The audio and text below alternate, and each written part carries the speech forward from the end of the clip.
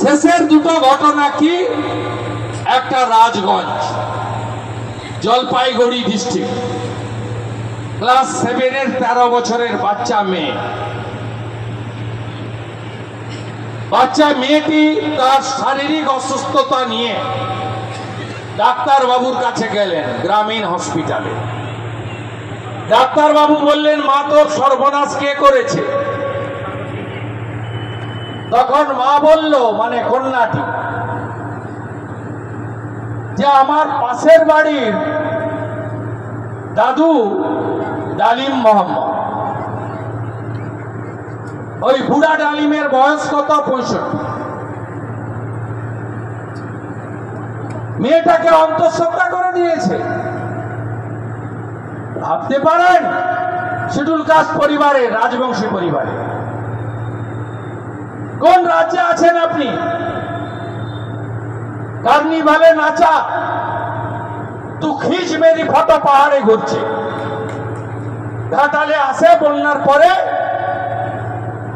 ডাঙায় দাঁড়ায় আর ছবি তোলার জন্য জলে নামে, বলে তু খিচ মেরি ফটো। ওনার মুখ বন্ধ। ইনি নাকি বাংলার মেয়ে,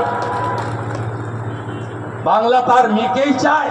21 সালে লিখেছিল দেয়ালে দেয়ালে।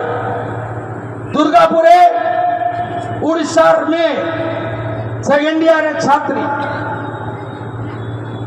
5 জন জিহাদি মিলে